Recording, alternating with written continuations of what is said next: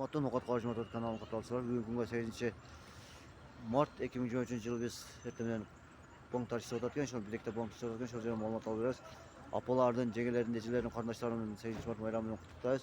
Özümün atından cana Nokat Karşı Motor kanalının atıdan apolardan, necilerden, cegelerden, kardeşlerimin, kızlardan bayramını kutluktayız. Kettik anda bank yanında görüşüyoruz. Bugün birlikte bank tarihçisi odatken, şunu malumat alıyoruz. Kettik. Malumat doğan az biz diretsek.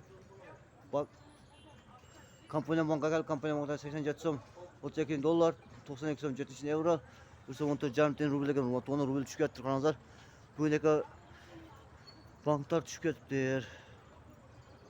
Bakay kampanya bankda shol ekan qaranglar. Malumat, 10 az Doskida banka gel, Doskida bankda 87 so'm 40 dollar, 92 so'm 600 euro, 114,5 rublga malumat, qaranglar.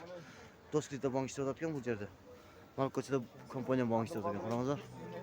Not 10 az bizden geldik. Valyutalar qaranglar. 87 so'm 30 dollar, 114 rubl. Qozoq tengasi 14 tiyin, 13 tiyin qozoq tengasi va O'zbekiston 0.75 tiyin qaranglar.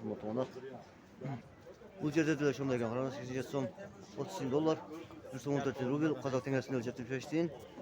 O'zbekiston 0.75 tiyin, qozoq tengasi 0.14 tiyin ekan qaranglar. Not Hurmatli onalar, shunday Nokat Karşı Motor kanalına sizlarni qo'shib o'tayman. Omonat tinch bo'linglar.